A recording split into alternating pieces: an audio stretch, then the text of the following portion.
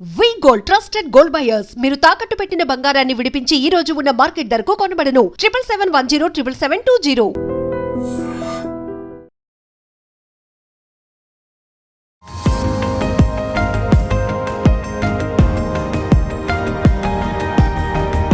To become an orthopedic surgeon, what's your inspiration, sir? అప్పుడు బ్రతుకు తెరువు కోసం ఇది కరెక్ట్ బ్రాంచ్ అనిపించింది, అది చేస్తాం. రోజు మొత్తంలో సుమారుగా ఎన్ని సర్జరీస్ చేస్తారు sir? 20-25 surgeries. Body organs bones తో ఇంటరాక్ట్ అవుతాయి అన్న స్టేట్మెంట్ ని మీరు ఏకీభవిస్తారా? తప్పకుండా ఎందుకంటే చివరి రోజుల్లో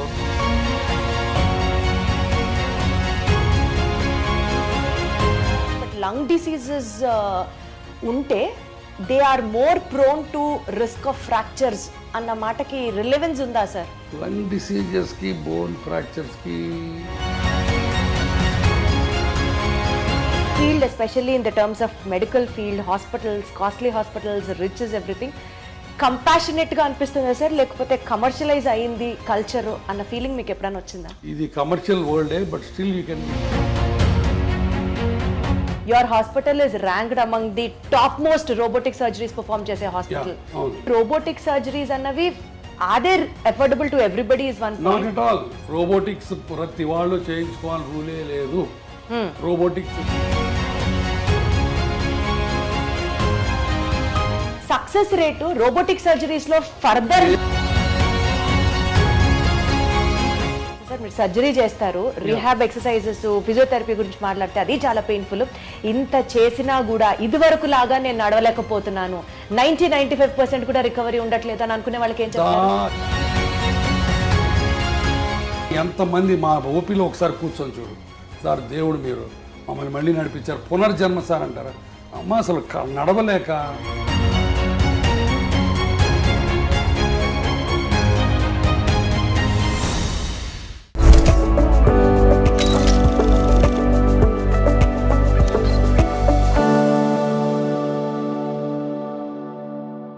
Barely operational needs engineer, BONE.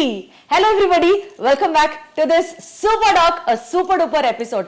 I have with me bone అన్న వెంటనే మనందరికీ చాలా చాలా చాలా దగ్గర మనిషి మన డాక్టర్ గారు అనుకుంటూ మనం అందరం ముందుకు వెళ్ళే డాక్టర్ గురువారెడ్డి గారు ఉన్నారు మనతో. సార్ నమస్తే.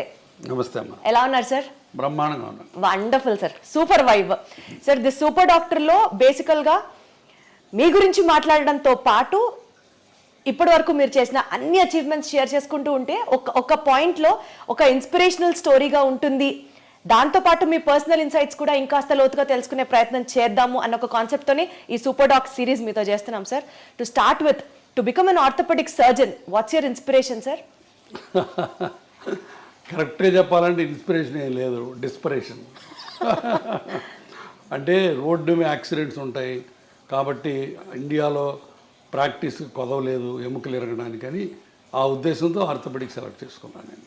అంతేగాని ఆర్థోపెడిక్స్ ఇన్స్పిరేషన్ వచ్చి ఎవరినో చూసి ఎక్సైట్ అయిపోయి ఎప్పుడు చేయలేదు. అప్పుడు బ్రతుకు తెరువు కోసం ఇది కరెక్ట్ బ్రాంచ్ అనిపించింది, అది చేసుకున్నాను. సార్ ఒకవేళ డాక్టర్ అయ్యి ఉండకపోతే ఏం చేసి ఉంటారు sir? What else career would you choose? Collector కావాలని ఉండేది. Collector? Yeah, I want to become an IAS, but నాకు అన్ఫార్చునేట్గా ప్రాపర్ గైడెన్స్ లేక ఆ డైరెక్షన్లో వెళ్ళలేకపోయాను. లేకపోతే I wanted to be an IAS. రోజు మొత్తంలో సుమారుగా ఎన్ని సర్జరీస్ చేస్తారు సార్? 20-25 సర్జరీస్. సో అన్ని సర్జరీస్ చేసిన తర్వాత టైర్డ్ అయిన తర్వాత what would be your relaxing trend sir? అదే మ్యూజిక్ వినడం, బుక్ చదువుకోవడం, లేకపోతే ఎక్వేరియం ఫిష్ చూడటం. ఫిషెస్ చూస్తే you become happy again sir? Very relax. అదేం థియరీ ఉంది చెప్పండి? ఏం థియరీ ఉంది అంటే ఇన్ బిట్వీన్ ది సర్జరీస్ ఓపీడీలోకి వచ్చిన ప్రతి ఓపీలో నాకు ఎక్వేరియం ఉంటుంది. ఏ హాస్పిటల్లో ఎక్కడ కన్సల్టింగ్ రూమ్ అన్నా ఒక ఎక్వేరియం ఉంటుంది. ఆ ఫిష్ అటు ఇటు పోతూ ఉంటే అటు వెనకాల చూస్తా కూర్చుంటాను నేను. That is the biggest relaxation for me. తర్వాత మ్యూజిక్, రీడింగ్ ఏ బుక్. అసలు మీరు ఏం తింటారు, ఏం తాగుతారు అని ఒక సిరీస్ చేయాలని ఉంది sir. How do you be so active and energetic always? I don't know to be frank. Positive thinking నా ఉద్దేశంలో. ఒక నెగిటివ్ థాట్ కూడా ఉండదు నాకు రోజు మొత్తంలో. సో ఎప్పుడు ఎవరికోళ్ళకి ఏ రకంగా హెల్ప్ చేద్దామా, ఏ రకంగా పాజిటివిటీ తీసుకొద్దామన్న ఉద్దేశం, తపన ఉంటుంది దాంట్లో. I think that is the. కానీ జనం కూడా దాన్ని పాజిటివ్గా అందరూ తీసుకోవాలి అని ఉండదు కదా. అది కదా, వాళ్ళు పట్టించుకుపోయినా నేను పాజిటివ్గా ఉండటమే పాజిటివిటీ. అది నా పాజిటివిటీ ఎదుటి వాళ్ళ రియాక్షన్ మీద ఆధారపడి ఉండకూడదు. It should come from me and that is absolute, not relative. మీరు పాజిటివ్ ఉంటే నేను పాజిటివ్గా ఉంటాను, మీరు నెగిటివ్ ఉంటే నేను నెగిటివ్ ఉంటాను, అది లేనే లేదు. I want be positive, I want be happy, because life is so small and so short and only once. Life lesson sir ఇదైతే మాత్రం చాలా బ్యూటిఫుల్గా ఉంది సార్. 25 సర్జరీస్ చేసి పేషెంట్స్ని చూసి పుస్తకాలు చదివే టైం ఎక్కడ వస్తుంది సార్? రాత్రి పడుకునేటప్పుడు బెడ్ సైడ్ రీడింగ్ ఒక 1 hour చదువుతాను కంపల్సరీగా, ఆల్మోస్ట్ 1 hour. హార్డ్లీ మీరు 1-2 గంటలు పడుకుంటారా సార్? లేదు, 6-7 గంటలు పట్టుకుంటాను. 11కి పడుకుంటాను, మళ్ళీ 5కి లేస్తాను. So 6 hours. తర్వాత కార్లో వెళ్ళేటప్పుడు చదువుతుంటాను book. Okay. So sir one thing, మీ పేషెంట్సే మీ నుంచి ఇది నా అలవాటు అని సర్ప్రైజ్ అయ్యే ఎలిమెంట్ ఏదైనా ఉందా అంటే ఏం చెప్తారు? నా అలవాట రోజుకి ఒక 1/2 కిలో వేరుశనగ పప్పులు తింటాం. నాకు పీనట్స్ అంటే భలే ఇష్టం, వేరుశనగ పప్పులు. అవి ఉడకబెట్టి పెడతారు అక్కడ. సో పేషెంట్ మధ్యలో తింటూ ఉంటాను. అది ఆశ్చర్యంగా ఉండొచ్చు, బహుశా ఇన్ని పప్పులు తింటాడు అయినా అని. సో నాకు తెలిసి సార్ వేరుశనగ పప్పులు తినడం, ఈ అక్వేరియం ని మెయింటైన్ చేయడం అన్నది ప్రాబబ్లీ ఈ విషయం ఎవరికి తెలిసి ఉండకపోవచ్చు. Only after this interview I take the credit. Exactly. Sir one life lesson what medicine has taught you అంటే ఏం చెప్తారు sir? Do whatever you can do without expecting anything, and then God will give you whatever you deserve. అంటే less expectations, ఒక్క మాటలో చెప్పాలంటే absolutely no expectation. No expectation and do it with your heart, not with your brains. Lot of the time brain పనిచేసి heart పనిచేయదు, అప్పుడే ఇబ్బందులు వస్తాయి. So anything you do with heart, with the compassion and passion, నీకు అన్నీ మంచి జరుగుతాయి, నాకు గట్టి నమ్మకం. Got it sir. Good intent will help. Exactly. Sir you being an orthopaedician sir, bones అనేవి బేసికల్గా బాడీ స్ట్రక్చర్కి హెల్ప్ చేస్తాయి అండ్ సపోర్ట్ ఇస్తాయి బాడీకి అని కాకుండా నిజంగా బోన్స్ రోల్ ఇంకా ఉందా sir? What usually people don't know or neglect about it. బోన్స్కి obviously it's a skeleton made up of bones. And నడవటానికి, కూర్చోవడానికి బోన్స్, జాయింట్స్ ఆల్ ఒక కాంప్రహెన్సివ్ యూనిట్. ఆ బోన్స్ సరిగా లేకపోతే పెయిన్స్ వస్తాయి. ఒక పోస్ట్ మెనోపాజల్, ఇప్పుడు ఆడవాళ్ళకి పీరియడ్స్ అయిపోయిన తర్వాత బాడీ అంతా పెయిన్స్ వస్తాయి. అది because of the bone pain, because of the calcium ఉండదు, వైటమిన్ డి అబ్జార్ప్షన్ ఉండదు. కాబట్టి one of the most important problems of A old age is bones not being healthy. తర్వాత బోన్స్ నాట్ హెల్తీగా ఉండటం వల్ల పడిపోతుంటాం, ఫ్రాక్చర్లు అవుతుంటాయి. సో కాబట్టి బోన్స్ చాలా రకాలుగా బోన్స్ అండ్ జాయింట్స్ మనిషి మనుగడకి లాస్ట్ చర్మాంకంలో సుఖంగా జీవించడానికి ముఖ్యంగా కావాల్సింది bones and joints. Body organs బోన్స్తో ఇంటరాక్ట్ అవుతాయి అన్న స్టేట్మెంట్ని మీరు ఏకీభవిస్తారా? తప్పకుండా. ఎందుకంటే చివరి రోజుల్లో the balance of the body is very important. అది కోర్ మజిల్స్ అవన్నీ కూడా మన మజిల్స్, బోన్స్ స్ట్రాంగ్గా ఉంటే మీరు పడకుండా ఉంటారు, లేకపోతే కింద పడిపోయి ఫ్రాక్చర్ అవుతుంటాయి. I mean to ask you sir, digestive system ప్రాపర్గా ఫంక్షన్ అయితే బోన్స్ హెల్దీగా వర్క్ చేస్తాయి. అంతే కదా, మరి డౌట్ ఏముంది దాంట్లో. ఇప్పుడు మాల్అబ్జార్ప్షన్ సిండ్రోమ్స్ ఉంటాయి. మాల్అబ్జార్ప్షన్ సిండ్రోమ్స్లో గట్లోంచి సరైన వైటమిన్స్, సరైన ఎలిమెంట్స్ అబ్జార్బ్ అవ్వవు. వాటిల్లో బోన్స్ ఆస్టియోపోరోటిక్గా ఉంటాయి. కాబట్టి డైజెస్టివ్ సిస్టమ్ బాగుంటే బోన్స్ బాగుంటాయి. కిడ్నీస్కి బోన్స్కి లింక్ ఏంటి సార్? కిడ్నీస్ బోన్స్ లింక్స్ అంటే బికాజ్ అగైన్ థైరాయిడ్, పారాథైరాయిడ్, తర్వాత కాల్షియము, పారాథర్మోను, ఆ బ్యాలెన్స్లో ఒక్కోసారి కాల్షియము బోన్లో ఉండకుండా బ్లడ్లోకి వెళ్తుంది. సో ఒక్కొక్కసారి కిడ్నీ స్టోన్స్ అని ఫామ్ అవుతాయి. సో ఇదంతా మల్టిపుల్ హోమియోస్టాసిస్, అంటే కాల్షియం మెటబాలిజం సరిగ్గా లేకపోవటం వల్ల, తర్వాత పారాథర్మోన్స్ ఎక్కువ ఉండటం వల్ల, తక్కువ ఉండటం వల్ల ఆ టైప్లో బోన్స్ ఉండాల్సిన ఆస్టియోపోరోసిస్ ఎక్కువైపోయి బోన్స్ ప్రాబ్లమ్స్ వస్తాయి. So calcium metabolism disturbance problem, కిడ్నీలో ఒక కాళ్ళ బోన్స్లో ప్రాబ్లమ్స్ వస్తాయి. బేసికల్గా ఈ calcium metabolism, vitamin D supplements ఏదైతే చెప్తూ ఉంటున్నారో బోన్ హెల్త్కి చాలా ఇంపార్టెంట్ అని, ఏ ఏజ్ నుంచి ఎవ్రీ టైమ్ ఈ సప్లిమెంట్స్ తీసుకుంటూ ఉండాలంటారు sir? Calcium and vitamin D. Age of 16 to 60 easy to remember. 16 ఏళ్ళ నుంచి 60 ఏళ్ళ దాకా ప్రతి ఉమెన్ సప్లిమెంటల్ కాల్షియం తీసుకోవాలి. Vitamin D sir? Vitamin D depends on again, but of course vitamin D ఇప్పుడు ఇండియాలో 80% ఆఫ్ పీపుల్కి deficient, whatever the reasons. ఒక్కోసారి నాకు అనుమానం వస్తుంది, అసలు ఈ ఇండియాలో మెజర్ చేసే కరెక్ట్ ఎక్విప్మెంట్ ఉందా, లేకపోతే ఫాల్టీ ఎక్విప్మెంట్ వచ్చిందని అనుమానం ఉంటుంది. ఎందుకంటే everybody will have a vitamin D deficiency. So vitamin D రెగ్యులర్గా తీసుకోవడం కంటే కూడా పీరియడ్ ప్రకారం తీసుకోవాలి, on the prescription of the either endocrinologist or an orthopedic surgeon. Sir, I don't know if it is right or wrong, but lung diseases unte they are more prone to risk of fractures అన్న మాటకి relevance ఉందా sir? Lung డిసీజెస్కి bone ఫ్రాక్చర్స్కి నాకు తెలిసి connection ఏం కనపట్లేదు on the face of it. Direct connection అయితే ఏం లేదు లంగ్ డిసీజ్ వాటికి. సార్, న్యూరలాజికల్ కండిషన్ స్ట్రెస్ ఎక్కువ ఉన్నప్పుడు does it have an impact on the bone density or the bone strength? న్యూరలాజికల్గా కూడా డైరెక్ట్గా ఉండదు బోన్స్ మీద, బట్ ఒక్కొక్కసారి కొన్ని ప్రాబ్లమ్స్లో పార్కిన్సోనిజము అట్లాంటివి అట్లాంటే where you are not walking too much, you are sitting in a sedentary style, then the bones will lose calcium and osteoporosis వస్తుంది. అచ్చా, so there is an indirect link అనే చెప్పొచ్చు. సో బాడీలో ఇన్ఫ్లమేషన్ ఉన్నప్పుడు sir, ఇప్పుడు non inflammatory diet తినండి అని అందరినీ ప్రమోట్ చేస్తున్నారు భయంకరంగా. Does really inflammation in the body effect the bone health? Not much. Not much. Inflammation అనేది ఒక మజిల్స్కి జాయింట్స్కి ఉన్న సంబంధించింది. బోన్ ఇన్ఫ్లమేషన్ అనేది జనరల్గా బోన్ ఇన్ఫ్లమేటెడ్గా ఉండదు, బట్ బోన్స్లో ఒక్కొక్కసారి దేర్ కెన్ బి డిఫరెంట్ పెరియాస్టియటిస్ అని, ఆస్టియంకిను పెరియాస్టియం అని ఒక లేయర్ ఉంటుంది, దానికి బోన్కి మధ్య ఉన్న స్వెల్లింగ్స్ ఒక్కోసారి ఎక్కువ అవ్వచ్చు. అట్లాంటి వాటిని పెరియాస్టియటిస్ అంటారు. బాగా షిన్ పెయిన్స్ ఉంటాయి, అట్లాంటివి రావచ్చు. అది కూడా calcium, vitamin D, metabolism disturbance వల్ల రావచ్చు. సో అంటే ఆ న్యూరలాజికల్ ఇంపాక్ట్ ఉన్నట్టా లేనట్టా sir? How do we conclude it? డైరెక్ట్గా న్యూరలాజికల్కి బోన్స్కి కనెక్షన్ ఉండదు. అంటే స్ట్రెస్ ఉంటే బోన్ పెయిన్ ఎక్కువ అవుతుంది.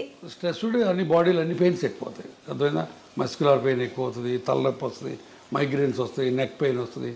అందుకని డైరెక్ట్గా బోన్ మీద, బోన్ మెటబాలిజం మీద డైరెక్ట్ రిలేషన్స్ ఏం లేవు.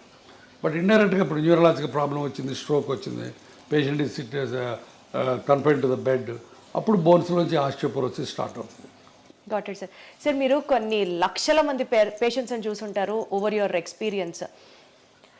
బేసిక్ పాయింట్స్ పేషెంట్స్ ఓవర్లుక్ అయిపోయేది లైఫ్ స్టైల్లో, డెస్పైట్ ఆఫ్ మీరు చాలా వీడియోస్ కూడా చేశారు, సిట్టింగ్ పోస్టర్ దగ్గర నుంచి you have to walk this way, you have to SIT this way అని చాలా చెప్తూనే ఉంటారు. Despite of all your me guidance కాకుండా కూడా పేషెంట్స్ వాళ్ళ లైఫ్ స్టైల్లో ఓవర్లుక్ చేసే పాయింట్స్ ఏంటి సార్? Main posture. మనం ఇందాక కూడా పోస్చరు, మరి నేను చెప్పినట్టు ఇలా స్ట్రైట్గా కూర్చోరు, ఇప్పుడు అందరూ ఇలా వంగి కూర్చుంటారు, వంగి నడుస్తారు. సో పోస్చర్ ఒకటి మెయిన్, బాగా అందరూ నెగ్లెక్ట్ చేసేది posture. Number 2, lack of exercises. అసలు ఎక్సర్సైజులు, చిన్న ఎక్సర్సైజెస్ కూడా చేయకుండా సెడెంటరీ లైఫ్ స్టైల్లో కూర్చుంటారు. అది number 2. Number 3, abuse of the joints. ఇప్పుడు కింద కూర్చొని ఇండియన్ టాయిలెట్ లేకపోతే కింద బాచపట్టేసి కూర్చుంటే మోకాళ్ళ మీద లోటు పడుతుంది, అది మంచిది కాదు. సో అది తెలియదు చాలామందికి. అట్లానే నడుముకి ముందుకు ఇంకి కూర్చుంటే నడుము మీద పాడైపోద్ది, అట్లానే మెడ ముందుకు వెళ్తే మెడ పాడైపోద్ది. సో ఇవన్నీ కూడా తెలియక చాలామంది they keep on repeating the mistakes in the daily activities. Sir, 10,000 steps నడిస్తే you will be healthy all over అన్నది జనరల్గా చెప్పిన మాట. బట్ హై ఇంటెన్సిటీ ఎక్సర్సైజెస్ చేస్తే మోకాళ్ళు అరిగిపోతాయి, 10,000 అడుగులేస్తే మోకాళ్ళు అరిగిపోతాయి, ఎక్కువ వెయిట్స్ ఎత్తితే స్ట్రెంథనింగ్ ఎక్సర్సైజెస్ చేస్తే మోకాళ్ళు అరిగిపోతాయి. వీటిలో ఏది కరెక్ట్ సార్? చెయ్యాలని కొందరు, చేయకూడదని కొందరు. కరెక్ట్ చెప్పండి సార్. మోకాళ్ళు అరగడానికి మెయిన్ కారణం number 1 age, number 2 weight, number 3 high impact activities, 3. Number 4 accidents. సరే, యాక్సిడెంట్ గురించి మనం మాట్లాడుకోవట్లేదు. ఆ ఏజ్ అది తప్పనిసరి. మనం ఏజ్ అవుతుంటే బోన్స్ జాయింట్స్ అరుగుతూ ఉంటాయి. Number 2 weight is the directly proportional or directly damaging to the bone joint health. So అది మన చేతిలో ఉంది. సో కాబట్టి మీరు ఎంత బరువు తగ్గితే మోకాళ్ళకి అంత మంచి పని చేసినట్టు. Number 3 point is abuse of the joints. Abuse అంటే ఫర్ ఎగ్జాంపుల్ మీరు ఇండియన్ టాయిలెట్లో కూర్చోారనుకోండి, లేకపోతే నెలకు ఒకసారి తిరుపతి కొండ ఎక్కి దిగారనుకోండి, రోజుకి 200 సార్లు మెట్లు ఎక్కి దిగారనుకోండి, మీ మోకాళ్ళ మీద 4 రెట్లు బరువు పోతుంది. అది బయోమెకానికల్లీ ప్రూవెన్. సో దాంతో మీరు మోకాళ్ళని తొందరగా అరగొట్టుకుంటారు. చాలామంది మా తాతలు మెట్లు ఎక్కేవాళ్ళు, మా తాతలు కింద కూర్చునేవాళ్ళు, వాళ్ళకి లేని ప్రాబ్లం నాకెందుకు వస్తుంది అని చెప్పి నమ్మరు. బట్ తాతలు వేరు, మనం వేరు. వాళ్ళ దేహదారుఢ్యం వేరు, వాళ్ళ బాడీ కాంపోజిషన్ వేరు, వాళ్ళ లైఫ్ స్టైల్ వేరు, వాళ్ళ ఫుడ్ డైటరీ హ్యాబిట్స్ వేరు, మనవి వేరు. మనం డెఫినెట్గా ఇండియన్ టాయిలెట్లో కూర్చున్న, మెట్లెక్కి దిగిన 4 రెట్ల బరువు మోకాళ్ళ నుంచి పోద్ది. That is a proven biomechanical thing. So కాబట్టి అది చేయకూడదు. సో అది చాలా చాలా జాగ్రత్తగా చాలా అంటే మెట్లు ఎక్కి దిగకుండా ఎవరికి అసలు ఇంపాసిబుల్ కాబట్టి వీలున్నంత వరకు పాసిబుల్ అంటే వీలున్నంత వరకు. సో అది ఎక్కి దిగాలని రూల్ ఏం లేదు. చాలామందికి ఎక్కి దిగితే మంచిది, హెల్త్ మంచిది అంటారు. సో కొంతమంది అసలు లిఫ్ట్ ప్రిఫర్ చేయరు. My doctor adviser me to use only lifts, నేను I don't use the lifts అని చాలామంది అంటారు. That is a wrong concept. ఎందుకంటే ఇప్పుడు కార్డియాలజిస్ట్కి మాకు ఇప్పుడు తగదాలు. కార్డియాలజిస్ట్ ఏమో నడవమంటాడు, మెట్లు ఎక్కమంటాడు, లిఫ్ట్ ఎక్కద్దు అంటాడు. నేనేమో లిఫ్ట్ వాడద్దు, మెట్లు వాడద్దు, లిఫ్ట్ వాడమంటాను. కారణం ఏంటంటే మెట్లు ఎక్కి దిగితే గుండెకి మంచిది, లంగ్స్కి మంచిది, బట్ మోకాళ్ళకి బ్యాడ్ అయిపోద్ది. సో అన్ని బాడీలో అన్ని ఆర్గన్స్కి కాపాడి స్టిల్ ఎక్సర్సైజ్ ఇచ్చేది రెండు, బ్రిస్క్ వాకింగ్ అండ్ సైక్లింగ్ ఒకటి. ఈ రెండు మీకు బాగా ఉపయోగపడతాయి. సో అది చేసుకుంటే చాలు. ఇప్పుడు ప్రతిరోజు మెట్లెక్కి దిగాలని రూల్ లేనే లేదు.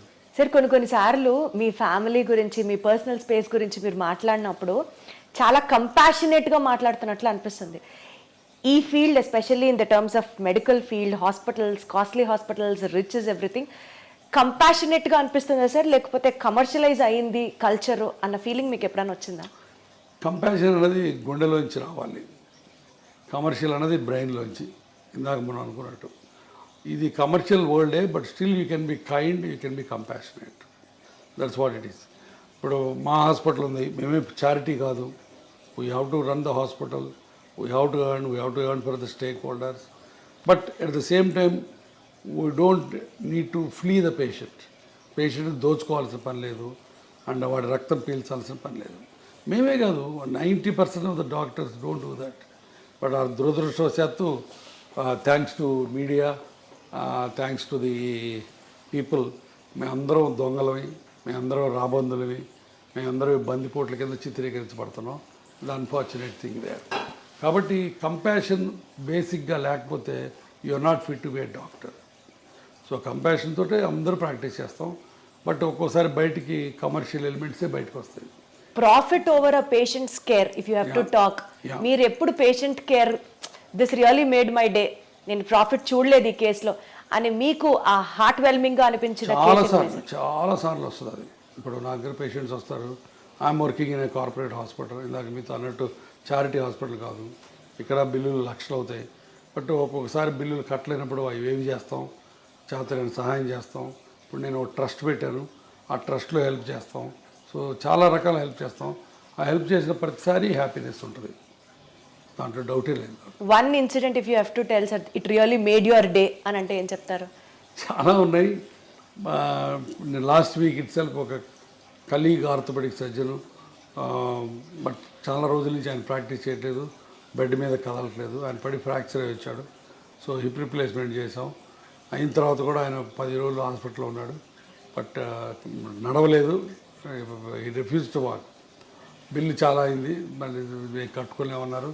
దాన్ని మరి 70% బిల్ తగ్గించి ఇంటికి పంపించాను. ఆ ఇంటికి పోయే ముందు ఆయన నాతో వీడియో కాల్లో ఆయన కళ్ళల్లో కృతజ్ఞత, ఆయన ఆవిడ కళ్ళల్లో కృతజ్ఞత నాకు evident, and that made my day. Wonderful sir, super super. Sir ఇప్పుడు సోషల్ మీడియా ట్రెండ్ అనుకోవచ్చు, maybe because of the awareness for the people అనుకోవచ్చు, ప్రతి ఒక్కళ్ళకి మెడికల్ నాలెడ్జ్ తెలుస్తోంది, and they started questioning the doctors as well. మీరు appreciate చేస్తారా యాక్ట్ని, or do get bored, or you know విసుగొస్తుందా? విసుగు రాదు, 70% దాకా టాలరేట్ చేస్తారు. బట్ ఒక్కోసారి వాళ్ళు గీత దాడతారు. ఏం జరిగింది సార్ అలాంటి సంఘటన ఒకటి చెప్పండి. ఏదో ఫర్ ఎగ్జాంపుల్ నిన్న మోకాళ్ళ ఆపరేషన్కి ఒక ఆయన వచ్చాడు, ఆయన ఏదో ప్రొఫెసర్ ఎక్కడో, కొంత నాలెడ్జ్ ఉంది. సో క్వశ్చన్స్ అడుగుతున్నాడు, నేను చాలా ఓపిక్గా 20 నిమిషాలు ఆన్సర్లు ఇచ్చాను. మళ్ళీ 21 తర్వాత మళ్ళీ మొదలుపెట్టాడు. నాకు కొంచెం కోపం వచ్చింది. మిగతా పేషెంట్లు వెయిట్ చేస్తారు. నేను చెప్పాను, ప్రొఫెసర్ గారు మీరు ఇందాక అడిగిన వాటన్నిటి సమాధానాలు చెప్పాను, మళ్ళీ అదే క్వశ్చన్స్ అడుగుతున్నారు, సేమ్ సమాధానాలు చెప్తారు, కొత్త సమాధానాలు ఉండవు. మీరు అనుకున్నట్టు సమాధానం రావాలంటే రాదు, సమాధానం ఒకటే ఉంటుంది, మీరు అనుకున్నట్టు రాదు అని చెప్పాను. అంత తిట్టినట్టు చెప్పలేదు, బట్ కొంచెం వాయిస్ పెంచి చెప్పాను. ఆయన అర్థం చేసుకున్నాడు. డాక్టర్ గారికి కోపం వచ్చినట్టుందని మెదకుండా వెళ్ళిపోయాడు. బట్ చాలా తక్కువ అలాంటి ఇన్సిడెంట్స్. సార్ బేసికల్గా మీరు అన్ని ఇయర్స్ మెడిసిన్ చేసి అంతమందితో యూనో చూసి పేషెంట్స్ని చూసి ఒక డెసిషన్ తీసుకుంటారు సార్, మెడికల్ డెసిషన్. అన్ఫార్చునేట్లీ అది మీడియా వల్ల కానీ పబ్లిక్ వల్ల కానీ మిస్అండర్స్టాండ్ అయిన సిచ్యువేషన్స్ ఉన్నాయా? ఉన్నాయండి. ఇప్పుడు నేను ఒకసారి అంతకుముందు కూడా చెప్పాను, ఒక పేషెంట్కి కాలు ఇరిగి వేరే హాస్పిటల్లో ట్రీట్మెంట్ చేసుకుంటే ఆ కాలు అంతా డెడ్ అయిపోయినట్టు అయిపోయింది, వుడెన్ ఇండ్యూరేటెడ్గా అయిపోయింది. దాన్ని మనం కంపార్ట్మెంట్ సిండ్రోమ్ అంటాం. అతను నా దగ్గరకు వచ్చాడు, కాలు తీసేయమంటున్నారు సార్ మిగతా వాళ్ళు, మీరేంటని. నేను కాలు తీయక్కర్లేదు అని చెప్పి 3 నెలల పాటు లిటరల్గా సాకాను ఆ కుర్రాడిని. సాకడం అంటే ఏదో కుర్రాడు తమ్ముడిని కొడుకుని చూసుకున్నట్టు చూసుకొని అతనికి హైపర్ బ్యారిక్ ఆక్సిజన్ కావాలంటే ఇక్కడ, లేకపోతే వేరే ఇంకొక మిలిటరీ హాస్పిటల్కి పంపించి అన్ని రకాలుగా చేశాను. బట్ చివరికి అతను వెళ్ళి 3 టీవీ స్టేషన్స్లో ఇంటర్వ్యూలు సంపాదించి కూర్చొని గురువారెడ్డి మంచోడు కాదు, నా కాల్ని పాడు చేశాడు అని చెప్పాడు. So 3 interviews. బట్ ఆ రోజు చాలా చాలా బాధేసింది. బట్ ఆ రోజు ఒక రకంగా నాకు లిబరేట్ కూడా అయిపోయాను. నేను ఇంత కష్టపడి ఇతనికి చేసాం, ఇతను ఇలా చేశాడు, అయినా సరే మన పని మనం చేయాలి. ఈ ప్రెస్ గురించి, ఈ టీవీల గురించి, వాటి గురించి భయపడకూడదు. నీ ఆత్మకి నువ్వు గట్టిగా ఉన్నంతకాలం వీటి గురించి భయపడకూడదని ఒక రకమైన తెగింపు, ఒక రకమైన స్వాతంత్రం, ఒక రకమైన లిబర్టీ, ఒక రకమైన ఏమంటుంది దాన్ని కమ్ వాట్ మే అన్న యాటిట్యూడ్ వచ్చింది. సో అది ఒక రకంగా మంచిదైంది నాకు. అంటే సార్ ప్రతి డాక్టర్కి వెనకాల ఇలాంటిది ఒక స్టోరీ ఉంది అనుకుంటే, డాక్టర్ వెనకాల ఉంటాయి. ఒక రిచ్ డాక్టర్ అనుకోండి, సమాజం నుంచి ఒక అన్ఫేర్ క్రిటిసిజం ని ఆల్వేస్ ఇన్వైట్ చేసినట్లుగా ఉంటుందా? ఉంటుంది. సమాజం మమ్మల్ని భూతద్దంలో పెట్టి చూస్తుంది, ప్రతి అడుగుని క్రిటిసైజ్ చేస్తుంది. సో తప్పదు, part of life. Despite of మీరు ఇంత సోషల్ సర్వీస్ చేసినప్పటికీ కూడా సార్, గురువారెడ్డి గారి దగ్గరికి వెళ్తే ఆయన ఖచ్చితంగా ఆపరేషన్ అంటారు మోకాల్ రీప్లేస్మెంట్కి. అదే బయటకు వెళ్తే డాక్టర్లు అనరు అన్న మాటకి ఏం చెప్తారు? దానికి చాలా చాలా సత్య దూరం అది. నేను రోజుకి 100 నుంచి 120 మంది పేషెంట్లు చూస్తాను. దాంట్లో 30-40 మంది కంటే ఆపరేషన్ పడవు. తర్వాత నాది టెర్షియరీ ప్రాక్టీస్, అది మర్చిపోవద్దు మీరు. అంటే పేషెంట్లు మిగతా వాళ్ళందరి దగ్గరికి చూయించుకొని ఇక ఆపరేషన్ తప్పనిసరి అన్నప్పుడు నా దగ్గరికి వస్తారు. మొదటి రోజు రారు. సో నాది టెర్షియరీ ప్రాక్టీస్. హైదరాబాద్ అవ్వటం అయితేవి, నేను ఉన్న డాక్టర్స్లో సీనియర్ మోస్ట్ ఇప్పుడు 25 ఏళ్ళ నుంచి ప్రాక్టీస్ చేస్తాను కావటం అయితే ఏంది. సో ఇక్కడ ఉన్న ఓల్డ్ డాక్టరు, సీనియర్ డాక్టరు కాబట్టి చివరిలో సెకండ్ ఒపీనియన్, థర్డ్ ఒపీనియన్ కోసం నా దగ్గరికి వస్తారు. ఎప్పుడైతే టెర్షియరీ ప్రాక్టీస్ ఉంటుందో అప్పుడు ఆబ్వియస్గా ఆపరేషన్ రేట్ ఎక్కువ ఉంటుంది. సో అది అనవసరంగా ఎవరు ఆపరేషన్ చేయడం. గురువారెడ్డి దగ్గరికి వెళ్తే ఆపరేషను, మిగతా వాళ్ళ దగ్గరికి వెళ్తే ఇంజక్షను, అవన్నీ మాయ. ఇప్పుడు ఆ రకంగా ఇంకోటి కూడా చెప్పాను, నేను లాస్ట్ 1 year నుంచి యుద్ధం చేస్తున్నాను. ఇంజక్షన్లు పనికిరాని ఇంజక్షన్లు చేసి పేషెంట్లు మాయ చేసే డాక్టర్లు. ఈ ప్రస్తావన తీసుకొచ్చారు కాబట్టి ఇంకొక పర్సనల్ కామెంట్ కూడా ఉంది సార్. మీరు అగేన్స్ట్ పిఆర్పి ఫర్ ఆర్థరైటిస్ అని చెప్తున్నారు. Exactly against PRP for arthritis. కానీ గురువారెడ్డి గారి హాస్పిటల్లో పిఆర్పి ఇంజెక్షన్లు 7,000 నుంచి 8,000 రూపాయలు ఉండే ఇంజెక్షన్ 17,000 రూపాయలు ఆయన ఎందుకు ఛార్జ్ చేస్తున్నారు? పిఆర్పి ఇంజెక్షన్ కూడా నా హాస్పిటల్లో చేయలేదు ఫర్ ఆర్థరైటిస్. ఎవరైనా వచ్చి ప్రూవ్ చేయమని చెప్తాను. పిఆర్పి ఫర్ స్పోర్ట్స్ ఇంజురీస్కి ఎంతోపతిస్ అని చెప్పాను ఇందాక. టెండాన్ ఇంజురీస్కి, ఇక్కడ టెన్నిస్ ఎల్బోస్కి ఇస్తే ఇవ్వచ్చు. నేను ఇవ్వను. నా దగ్గర 36 మంది పనిచేస్తారు టీం. స్పోర్ట్స్ మెడిసిన్ వాళ్ళు ఇస్తే ఇవ్వచ్చు. బట్ ఆర్థరైటిస్కి, నీ జాయింట్లో మా దగ్గర పిఆర్పి అనేది ప్రసక్తే రాదు. ఎవరైనా వచ్చి ప్రూవ్ చేయమని చెప్పాను. అర్థమైందా? 3 ఇప్పుడు స్టెమ్ సెల్స్ అని ఇచ్చి 2,80,000 తీసుకునేది మా దగ్గర జరగదు. నేను అగైనెస్ట్ ఏంటంటే పిఆర్పి ఇన్ ఆర్థరైటిస్.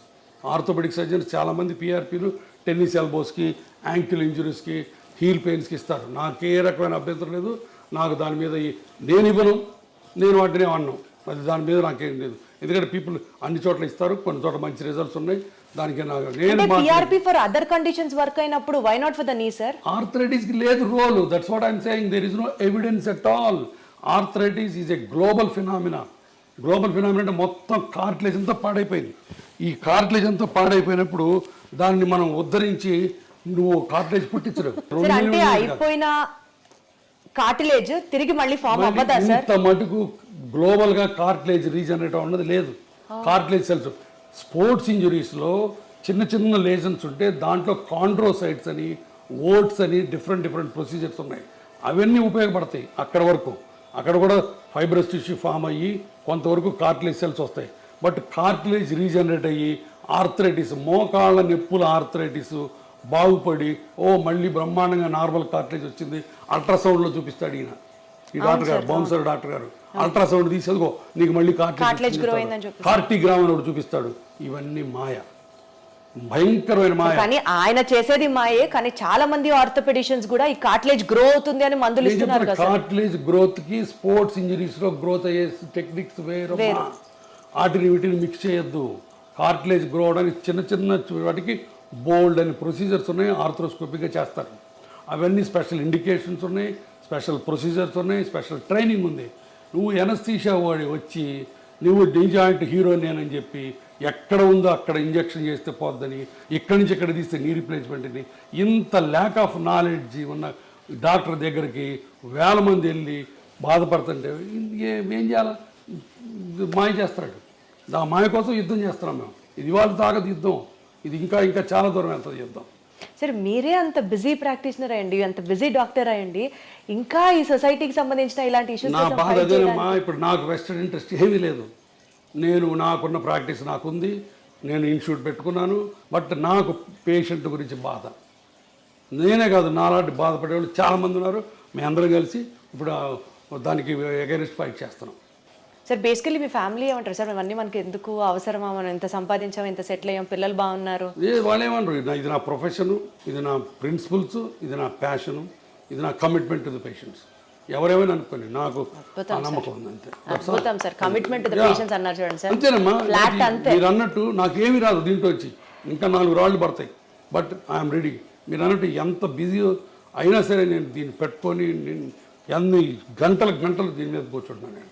ఎందుకంటే ఐ వాంట్ టు ఈ దోపిడీ కార్యక్రమం ఆగిపోవాలి. తర్వాత ఇంకోటి, ఇది పెయిన్ క్లినిక్స్ మీద కాదు, అది కూడా చెప్తున్నా. పెయిన్ క్లినిక్స్, పెయిన్ స్పెషలిస్టు కొన్ని 100 ఏళ్ల నుంచి ఉన్నారు, అన్ని మంచి మంచి పనులు చేస్తున్నారు. వాళ్ళందరూ ఇప్పుడు spine, cancer pain, chronic pains మీద మేమందరం వాళ్ళకి రిఫర్ చేస్తాం పేషెంట్ని, పెయిన్ క్లినిక్ వాళ్ళకి. అబ్సల్యూట్లీ సార్, నాకు అర్థమవుతుంది సార్. పెయిన్ అన్నారు కాబట్టి కొంచెం పిఆర్పి నుంచి పక్కకి వెళ్తే, ఫిజియోథెరపీ చేసుకోవడం వల్ల early stages maybe around 18 years or 20 years నుంచి ఫిజియోథెరపీ ఎక్సర్సైజ్ స్టార్ట్ చేస్తే బోన్ జాయింట్స్ హెల్దీగా ఉంటాయి, బోన్ జాయింట్ ప్రాబ్లమ్స్ని మనం నివారించవచ్చు అన్న మాటకి. నివారించవచ్చు అన్న మాట తప్పు, స్లో చేయొచ్చు, ఎక్స్టెండ్ చేయొచ్చు. ఉన్న వాటి అన్నిటిలో ఫిజియోథెరపీ మజిల్స్, బోన్స్ని హెల్దీగా ఉంచుకోవటం తప్ప ఇంకా వేరే ఏమీ లేదు. నేను 2 పాయింట్లు చెప్తాను, గుర్తుపెట్టుకోండి, హైలైట్ చేయండి. ఇది మోకాళ్ళు మొదటి నుంచి ఫస్ట్ స్టేజ్ నుంచి ఆపరేషన్ అక్కర్లేదు, లాస్ట్ స్టేజ్లో ఆపరేషన్ అవసరం. ఈ ఫస్ట్ స్టేజ్ నుంచి treatment simple medicines. Simple medicines అంటే ఏంటి? ఎప్పుడన్నా నొప్పుంటే సింపుల్ పారాసిటమాల్ ట్యాబ్లెట్, లోపల కార్టిలేజ్ నరిష్మెంట్కి, అంటే ఉన్న కార్టిలేజ్ బలాన్ని కాపాడటానికి, కొత్త కార్టిలేజ్ రావడం కాదు. అగైన్ అక్కడ మాయ, నీవు కొత్త గుజ్జు పుట్టించే ఇంజక్షన్ చేస్తూ ఉంటావు, తప్పు. కొత్త గుజ్జు పుట్టించే ఇంజక్షన్లు ఇంతపాటు ప్రపంచంలో ఎక్కడా లేవు. పుట్టదు. ఉన్న గుజ్జు బలాన్ని కాపాడే ఉన్నాయి, దాన్ని కాండ్రో ప్రొటెక్టివ్స్ అంటారు. ఓకే, ఆ ట్యాబ్లెట్స్, బోన్స్కి ప్రొటెక్ట్ చేసే కాల్షియం ట్యాబ్లెట్లు, మజిల్స్ని ఎక్సర్సైజ్ చేయాలి. ఇప్పుడు for example quadriceps muscle exercise చేసామనుకో, మోకాల మీద ఉన్న లోడ్ని అది కొంత తీసుకుంటుంది, అందుకని మీకు ఎక్సర్సైజ్ బాగా ఉపయోగపడుతుంది. అట్లానే జాయింట్ని అబ్యూజ్ చేయకుండా, చెప్పాను కదా, ఇండియన్ టాయిలెట్స్ వాడకుండా అట్లా చేసుకోవటం తప్ప ఇంకోటి లేదు. నేను పేషెంట్కి 2 సెంటెన్స్ చెప్తాను. అమ్మ, నేను ఇచ్చిన మందులు, ఎక్సర్సైజులు పని చేసిన నాళ్ళు ఆపరేషన్ అక్కర్లేదు. ఈ మందులు, ఎక్సర్సైజులు పని చేయకపోతే ఆపరేషన్ తప్ప ఇంకొకటి లేదు. మీరు చేయించుకుంటారు లేదు అనవసరం, బట్ డాక్టర్గా నీ ధర్మం ఏంటి? చెప్పాలి. మీరు రీజన్ చెప్పాలి. నువ్వు హిపోక్రటిస్ ఓత్ తీసుకున్నావమ్మా సార్. అద్భుతం సార్, అద్భుతం. గురించి ఈ రోజుల్లో ఎవరు మాట్లాడుతున్నారు సార్? లక్షలు సంపాదించి ఎట్లా నిద్రపోతావు? నువ్వు పేషెంట్ల రక్తం తాగుతున్నావు, నువ్వు అంతమించి ఇంకేం లేదు నీకు. సో ఈ హిప్ ఇంప్లాంట్స్ అండ్ నీ ఇంప్లాంట్స్ గురించి సార్, రేటుకి తగ్గట్టుగా ఆపరేషన్ చర్య ఉంటుందా సార్? ఇప్పుడు దాంట్లో రకరకాలు ఉంటాయి. ఇప్పుడు ఇదిగో, ఇది ceramic, stainless steel, cobalt chromes ఉంటాయి. సో ఇట్లా ఇటుపక్క క్రాస్ లింక్డ్ పాలిఎథిలీన్ ఉంటుంది. హిప్ జాయింట్లో కనీసం 10 వెరైటీస్ ఉంటాయి. ఇప్పుడు సెరామిక్ ఉందనుకో, స్టెయిన్లెస్ స్టీల్ కంటే కనీసం 2 రెట్లు ఎక్కువ కాస్ట్. ఇదే సెరామిక్ ఇటు 2 పక్కలు వేసామనుకో 3 రెట్లు కాస్ట్. ఇటుపక్క ఓన్లీ ప్లాస్టిక్ వేసామనుకో రేట్ తగ్గుతుంది. సిమెంట్ లేకుండా వేసామనుకో రేట్ ఎక్కువ, అది లోపల హైడ్రాక్సీ అపటైట్ కోటింగ్ ఉంటుంది. అదే సిమెంట్తో వేసామనుకో రేట్ తక్కువ. సో ఇట్లా డిఫరెంట్ కాంబినేషన్స్ ఉన్నాయి. అందుకని రేట్స్ వేరీ అవుతాయి తప్ప పెరుగుతాయి. ఇప్పుడు చీరల్లో పట్టు చీరలు ఉంటాయి, సిల్క్ చీరలు ఉంటాయి, ధర్మవరం చీరలు ఉంటాయి, చీరల్లో హ్యాండ్ ఎంబ్రాయిడరీ ఉంటుంది, ఒక్కొక్క చీర ఒక్కొక్క కాస్ట్. అవునా కదా? జరీ ఉంటుంది, జరీ ఉంటే కాస్ట్ ఎక్కువ. ఇది అంతే, ఒక 20 వెరైటీస్ ఆఫ్ జాయింట్లు ఉన్నాయి. ఇక్కడికి వచ్చిన తర్వాత ఆ జాయింట్ని బట్టి ₹1,00,000 నుంచి 5,00,000 రూపాయల దాకా ఉంది హిప్ ప్రైస్. ₹1,00,000కి ఇండియన్ ఇంప్లాంట్ సిమెంట్తో వేసుకోవచ్చు. బట్ అది యంగ్ పేషెంట్కి వేయడానికి లేదు. యంగ్ పేషెంట్ 25 ఏళ్ళు కోవిడ్ బారిన పడి ఎవాస్కులర్ నెక్రోసిస్ వచ్చిన అతనికి ₹1,00,000 వేస్తే తొందరగా పాడైపోద్ది. అతనికి అన్సిమెంటెడ్ హిప్ వేయాలా, సెరామిక్ హిప్ వేయాలి. So that's all. ఇప్పుడు దాంట్లో రోబోటిక్ టెక్నాలజీ వచ్చింది. రోబోటిక్ టెక్నాలజీ చేస్తే కొన్ని అడ్వాంటేజెస్ ఉన్నాయి, దానికి ఎక్కువ అవుతుంది. సో ఇవి థింగ్స్. సార్ రోబోటిక్ సర్జరీస్ గురించి మాట్లాడితే sir, your hospital is ranked among the top most robotic surgeries perform చేసే హాస్పిటల్. అది definitely first of all congratulation sir. కాకపోతే రోబోటిక్ సర్జరీస్ అన్నవి are affordable to everybody is one not at all. Robotics ప్రతి వాళ్ళు చేయించుకోవాలని రూలే లేదు. Robotics చేయాలి, అది చేయకపోతే నీ బతుకు దుర్భరం అన్నమాట అంతకంటే లేదు. ఎప్పుడు చేస్తారు సార్ రోబోటిక్స్? రోబోటిక్స్ వల్ల 2-3 అడ్వాంటేజెస్ ఉన్నాయి, మార్జినల్ అడ్వాంటేజెస్. అది పేషెంట్కి ఎక్స్ప్లెయిన్ చేస్తాం. కొంత ప్రెసిషన్ ఉంటుంది, కొంత post operative pain, immediate post operative pain కొంత తక్కువ ఉంటుంది. ఓన్లీ ఫస్ట్ 2-3 డేస్, తర్వాత మళ్ళీ సేమ్ ఉంటుంది. ఆ ఫస్ట్ 2 డేస్ ఎందుకు ఉంటుంది అంటే సాఫ్ట్ టిష్యూ డిసెక్షన్ తక్కువ ఉంటుంది. తర్వాత ఇప్పుడు అలైన్మెంట్స్ అని డిఫరెంట్ అలైన్మెంట్స్ వచ్చినాయి మోకాళ్ళ ఆపరేషన్లో. ఆ డిఫరెంట్ అలైన్మెంట్ చేయాలంటే రోబోటిక్స్ ద్వారా చేయొచ్చు. ఇవన్నీ కూడా వెరీ సైంటిఫిక్. కానీ రోబోటిక్తోనే చేయాలని రూల్ లేదు. నేను 100 మందికి చేస్తే ఒక 50 మంది రోబోట్ చేయించుకుంటారు, 50 మంది రోబోట్ చేయించుకోరు. బట్ ప్రతి పేషెంట్కి ముందే చెప్తాం రోబోటిక్ వల్ల ఈ ఉపయోగాలు ఉన్నాయి, బట్ ఈ ఉపయోగాల గురించి మీరు డబ్బులు వేస్ట్ చేసుకోవాల్సిన పని లేదని కూడా చెప్తాం. కానీ సార్ ప్రిసిషన్ అక్యురేట్ గా ఉంటుంది, చాలా మినిమల్ ఇన్వేషన్ ఉంటుంది. వీటి గురించి ఇట్లా మాట్లాడితే సక్సెస్ రేటు రోబోటిక్ సర్జరీస్ లో ఫర్దర్ గా ఏమీ లేదు, రెండిటికి ఒకటే. రోబోటిక్ సర్జరీ వల్ల సక్సెస్ రేట్ ఎక్కువ అవుతుందని ఎవ్వరు చెప్పకూడదు. చెబితే అది అబద్ధం. నేను చెప్పను, నేను ఇంతవరకు ఏ పేషెంట్కి చెప్పలా. రోబోటిక్ వల్ల కొంత అడ్వాంటేజెస్ ఉన్నాయని చెప్తాను తప్ప సక్సెస్ రేట్లో ఏ మాత్రం తేడా లేదు. రెండుకి ఒకటే సక్సెస్ రేట్. ఎట్లా జరుగుతున్నాయి సార్? అంటే పేషెంట్స్ యొక్క పర్సెప్షన్ టువర్డ్స్ రోబోటిక్ సర్జరీ ఎట్లా? పేషెంట్స్ వల్ల మా పేషెంట్స్ కూడా ఏంటంటే ఇండియన్ పేషెంట్స్ కూడా ఇప్పుడు వెల్ ఇన్ఫార్మ్డ్. వాళ్ళందరూ వాళ్ళే వచ్చి అడుగుతారు. తర్వాత చాలామంది పేషెంట్లకి వాళ్ళ పిల్లలు అమెరికాలో ఉంటారు. అక్కడ అమెరికాలో ఇది standard of care robotic surgery అన్నది. వాళ్ళు అక్కడి నుంచి చెప్పి మీరు రోబోటిక్ చేయించుకోండి అని చెప్తారు తల్లిదండ్రులకి. వాళ్ళు మమ్మల్ని వచ్చి అడుగుతారు. సో మేము ఆఫర్ చేస్తాం. That's all. అంతకుమించి అంటే పేషెంట్ సౌలభ్యం కోసం అది కూడా ఇనీషియల్ గా తప్పించి పేషెంట్ని మాయ చేసి పేషెంట్ని అబద్ధాలు చెప్పి రోబోటిక్స్ చేసే ప్రసక్తి లేదు. నెంబర్ 1. నెంబర్ 2, రోబోటిక్స్ చేసి నువ్వు అద్భుతంగా ఉంటావు, ఇంకో 20 ఏళ్ళు ఎక్స్ట్రా ఉంటావు అన్నది అంతకంటే లేదు. రోబోటిక్స్కి ఎక్స్ట్రా సక్సెస్ రేట్ అన్నది అంతకంటే లేదు. నేను క్లియర్గా చెప్తున్నాను 3 విషయాలు. ఏది ఇన్ని 10,000 రోబోటిక్ ఆపరేషన్లు చేసిన తర్వాత కూడా. బట్ రోబోటిక్స్ అనేది ఒక extra technology which will help you in getting a proper outcomes. అది పాయింట్ అక్కడ. అదైనా డిఫికల్ట్ ఆపరేషన్స్ ఉంటాయి. ఒకసారి బాగా అరిగిపోయి మొత్తం దొడ్డికాళ్ళు వస్తారు. స్టేజ్ 4 బాగా అడ్వాన్స్డ్. అట్లాంటి వాటిల్లో రోబోట్ మనకి ఎంతవరకు బోన్ కట్ చేయొచ్చు, ఎంతవరకు సాఫ్ట్ టిష్యూ డిసెక్ట్ చేయాలని కొన్ని మనకి ఇస్తుంది. అట్లాంటి హిప్ రిప్లేస్మెంట్స్లో డిస్ప్లాస్టిక్ హిప్స్ అని ఉంటాయి. అంటే చిన్నప్పటి నుంచి పాడైపోయిన హిప్స్. ఆ హిప్స్లో రోబోట్ ముందే మనకి ఎక్కడ మంచి బోన్ ఉంది, ఈ కప్ ఎక్కడ పెట్టచ్చు అని ముందే మనకి గైడెన్స్ ఇస్తుంది. అట్లాంటి అడ్వాంటేజెస్ ఉన్నాయి. అంతేగాని రోబోటిక్తోనే చేయాలన్నది లేనే లేదు. మళ్ళీ చెప్తున్నాను. అబ్సల్యూట్లీ సార్, నాకు అర్థమైంది sir. To just divert our interview on a lighter note and concluded sir, just I wanted to ask you, ఒక జాయింట్ హెల్త్కి సంబంధించినటువంటి ఒక మీ కోరిక, జనాలు ఈ మిత్తుని నమ్మడం ఆపండ్రా బాబు అని అంటే ఏం చెప్తారు సార్? ఇందాక చెప్పింది మళ్ళీ చెప్తా. నేను అలిసిపోను, ఎన్ని గంటలైనా చెప్తాను. ఇదే నా పేషెంట్లకి నేను చేతులు జోడించి చెప్పేది ఏంటంటే, మీకు మోకాళ్ళ నొప్పులు ఉంటే సింపుల్ మందులు ఎక్సర్సైజులతో గడపండి. భయంకరమైన నొప్పులు వచ్చి నడవలేని పరిస్థితి వస్తే భయపడకుండా ఆపరేషన్ చేయించుకోండి. మీరు భయపడ్డా, ఆర్థికంగా సౌలభ్యం లేకపోయినా ఒక రామాయణమో మహాభారతమో చదువుకోండి. సార్, ఒక్క సూపర్ ఫుడ్ తింటే బోన్స్ అద్భుతంగా ఉంటాయంటే ఏంటి సార్ అది? ఏది లేదు, నాకైనా అబద్ధం. సూపర్ ఫుడ్ ఏమీ లేదు. సూపర్ డాక్టర్ మరి లేడు, ఏం తినమంటారు సూపర్ సార్? ఫుడ్ లేదు. ఏం తినమంటారు సార్? బోన్స్ హెల్తీగా ఉన్నారంటే హెడ్ కాల్షియం, హెల్దీ మిల్క్ ప్రోడక్ట్స్ చాలు, సింపుల్ మిల్క్ ప్రోడక్ట్స్ తింటే చాలు. And regular exercise and impact exercise అంటే వాకింగ్ అట్లాంటివి చేస్తే దుంపకూరలు తింటే జాయింట్ పెయిన్స్ ఎక్కువ అవుతాయి. True or false? నాకు తెలియదు. నాకు తెలిసి నేను చదువుకున్న దాంట్లో ఫుడ్కి మోకాళ్ళ కార్టిలేజ్కి డైరెక్ట్ రిలేషన్ లేదు, ఇండైరెక్ట్గా ఉంది. ఫుడ్ తిని లావు ఎక్కితే లావు వల్ల మోకాళ్ళు పాడవుతాయి తప్ప డైరెక్ట్గా వంకాయ తింటే కార్టిలేజ్ పోద్ది, కూర ఈ చామదుంప తింటే కార్టిలేజ్ వస్తుంది, ఈ అల్ట్రాసౌండ్ చేస్తే నొప్పి తగ్గుద్ది, ఇవన్నీ లేవు నాకు తెలుసు. సార్ మీరు ఎక్సర్సైజ్ చేయమని పేషెంట్స్కి చెప్తూ ఉంటారు కదా, ఫన్నీయెస్ట్ ఎక్సర్సైజ్ మీ దాకా వచ్చి ఒక పేషెంట్ చెప్పింది ఏమైనా ఉందా సార్? మీకు అసలు కోపం మామూలుగా రాదు ఆ ఎక్సర్సైజ్, ఆ ఎక్స్క్యూజ్ వింటే ఏం చెప్తారు సార్? I don't no. అంటే నా దగ్గరకు వచ్చే పేషెంట్లు ఒక్కోసారి నేను ఏం చెప్పినా దానికి కౌంటర్ చెప్తారు. మనం ఎక్సర్సైజ్ చేయంటే లేదండి నా బాడీ ఒప్పుకోదు అంటారు, మందులు వేసుకోమంటే నాకు అలసరండి అంటారు, కింద కూర్చోద్దామంటే నేను కిందే కూర్చొని మనం చేస్తానంటారు. ప్రతిదానికి అడగొట్టా చెప్తే నేనేం చేయలేను, ఇంకా నేను చేతులైతే అమ్మ నా వస్తే అని చెప్తా అంతే. That's all. Surgery is more painful are skipping that rehab cycle is more painful sir?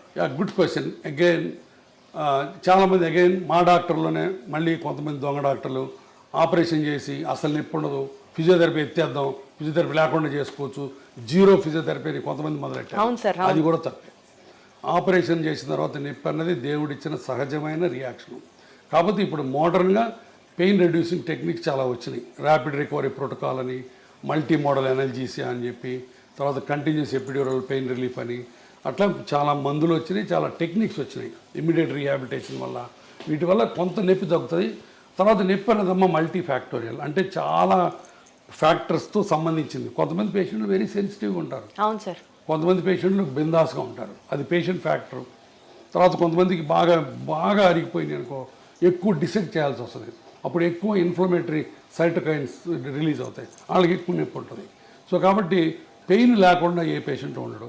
కొంతమంది అదృష్టవంతులు అసలు పెయిన్ ఉండదు వాళ్ళకి, అంటే వాళ్ళ అదృష్టం అంటారు కదా సార్, పెయిన్ సైకోసోమాటిక్ అంటారు కదా. సైకోసోమాటిక్ కాబట్టి నొప్పి అన్నది మల్టీ ఫ్యాక్టరీలు, దానికి చేస్తాం. బట్ రీహాబిలిటేషన్ కూడా పేషెంట్ రిలాక్స్ అయ్యి ఫిజియోథెరపీ చేసినట్టు చేస్తే అంత నొప్పే ఉండదు. సరే ఫిజియోథెరపీ చేసేటప్పుడు ఆ నొప్పి తగ్గడానికి ఏముండదా? ఉన్నాయమ్మా, చాలా ఉన్నాయి. క్రయోథెరపీ అని ఐస్ ప్యాక్స్ పెడతాము. తర్వాత ఇప్పుడు నేను 100 మంది పేషెంట్లు చేస్తే చాలా మంది ఏమనుకుంటారు తెలుసా సార్, మీరు సర్జరీ చేస్తారు, రీహాబ్ ఎక్సర్సైజెస్ ఫిజియోథెరపీ గురించి మాట్లాడితే అది చాలా పెయిన్ఫుల్, ఇంత చేసినా కూడా ఇదివరకు లాగా నేను నడవలేకపోతున్నాను, 90-95% కూడా రికవరీ ఉండట్లేదు అని అనుకునే వాళ్ళకి ఏం చెప్తారు? చాలా చాలా సత్య దూరం ఇది కూడా. మేము చేసే ఆపరేషన్స్లో 1 year తర్వాత, 1 year పడుతుంది కొంతమందికి, 1 year తర్వాత the satisfaction rate in knee replacement properly done and properly explain to the patient psychic కాకుండా పేషెంట్ మామూలు పేషెంట్ అయితే 90% సక్సెస్ రేట్. ఏది పర్సెప్షన్లో 1 yearలో 90% people will be very happy, very happy. Back to the normalcy you can say. అమ్మ ఎంతమంది మా ఓపీలో ఒకసారి కూర్చొని చూడు సార్, దేవుడు మీరు మమ్మల్ని మళ్ళీ నడిపించారు, పునర్జన్మ సార్ అంటారు. అమ్మ అసలు నడవలేక వీల్ చైర్లోనే మోషన్ యూరిన్ పోయే వాళ్ళని నడిపిస్తే ఎంత పునర్జన్మలకి. అన్నిటికీ బాత్రూమ్ పోవడానికి కూతురు మీద, అల్లుడి మీద, కొడుకు మీద, కోడల మీద ఆధారపడే వాళ్ళకి వాళ్ళ కాళ్ళ మీద వాళ్ళు నిలబెట్టి నడిపిస్తే ఎంత ఆనందం. అవన్నీ వచ్చి చూడండి. 20 years, నేను ఇప్పుడు 25 years ఇంటూ ప్రాక్టీస్. నేను ఎప్పుడు వచ్చాను? 1999లో వచ్చా హైదరాబాద్. ఇప్పుడు 25 ఏళ్ళు, బహుశా మోర్ దాన్ 70,000-80,000 పేషెంట్లుగా ఆపరేట్ చేశాను నేను. 25 ఏళ్ల కింద చేసిన పేషెంట్లు ఇంకా తిరుగుతున్నారు హ్యాపీగా. So that is the beauty of the knee replacement surgery. అది నేను క్యాన్వాస్ చేయక్కర్లా, all over the world millions of people get benefit. Sir ఇప్పుడు నీ రీప్లేస్మెంట్ సర్జరీలోనే latest advancement which really excites you so much ఏమైనా ఉందా sir? Robotic technology, that is the only latest advance. ఇప్పుడు దీంట్లో బోల్డ్ అనే కొత్త మెటీరియల్స్ వస్తున్నాయి. ఇప్పుడు ఈ కోబాల్ట్, క్రోమ్, టైటానియం కాకుండా ఇంకా కొత్త మెటీరియల్, పీక్ మెటీరియల్ అని కొన్ని వెరీ లైట్ మెటీరియల్స్ వస్తున్నాయి. అంటే మేబీ ఒక foreign body inside the body ఉన్నట్లుగా కూడా తెలియదు అన్న అలాంటివి కూడా వస్తాయి. ఇప్పుడు హిప్ రీప్లేస్మెంట్, నీ రీప్లేస్మెంట్, ఈ రెండు ప్రపంచ మానవాళికి దేవుడిచ్చిన 2 సూపర్ గిఫ్ట్స్. అరగటం ఆయన ఇచ్చిందే శాపం, బట్ దానికి ఆన్సర్లు కూడా ఆయనే ఇచ్చాడు. ఫర్గాటన్ జాయింట్స్ ఇట్ని అంత century operation of the century decade అంటారు దీన్ని. అలాంటి ఆపరేషన్లు 2 కొన్ని వేల లక్షల కోట్ల మంది ఇది చేసుకుంటున్నారు. సార్ ఫైనల్ అన్న కంక్లూజన్ నోట్ సార్, ఏం చెప్తారు సార్ ఆడియన్స్కి ఫ్రమ్ యువర్ ఎండ్? లైఫ్ చాలా సింపుల్. కాంప్లికేట్ చేసుకోవద్దు. మీరు పేషెంట్లుగా ఎంతో కన్ఫ్యూజన్లో బతుకుతున్నారు నాకు తెలుసు. ఎందుకంటే ఒక పక్కనేమో నాలాంటాడు ఆపరేషన్ అంటాడు, ఇంకొక ఆయన వచ్చి పిఆర్పి అంటాడు. ఈ మధ్యలో ఎక్కడ నిజం ఉందో మీకు తెలియదు, సతమతం అవుతున్నారు. దయచేసి ఎవిడెన్స్ లేకుండా మాయ మాటలు నమ్మి దొంగ ట్రీట్మెంట్లు చేయించుకోవద్దు. 4 రోజులు ఆగండి.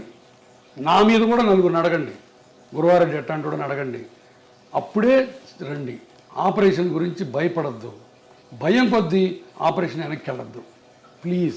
మీకు ఆర్థికంగా స్తోమత లేకపోతే మీరు ఇబ్బంది పడుతుంటే నేను ఒక ట్రస్ట్ పెట్టాను. దాంట్లో బీదవాళ్ళకి కనిపించిన అమ్మకు ఒక మోకాలని ఒక స్లోగన్తో చేయడానికి చేస్తున్నాం బోల్డ్ని. మీరు మోకాళ్ళు ఆపరేషన్ చేయించుకోవడానికి ఆర్థిక స్తోమత లేకపోతే మా ట్రస్ట్ దగ్గరికి రండి, నాకు చేతన సహాయం నేను చేసి పెడతాను. కానీ దొంగ మాటలు నమ్మి ఈ ఇంజక్షన్లు మట్టుకు చేయించుకోవద్దు మోకాళ్ళ నొప్పులకు. మిగతా దానికి ఇంజక్షన్లు మీరు చేయించుకుంటారో లేదో నాకు అనవసరం, నాకు తెలియదు. సో BONE బోన్ అంటే బర్డన్ ఆఫ్ ఓవర్ ఎక్స్పెన్సెస్ అంటారు కదా సార్, సరిగ్గా కాపాడకపోతే చూసుకోకపోతే. అంతే that's all. Wonderful sir, so good talking to you. Thank you so much. Okay. Thank you.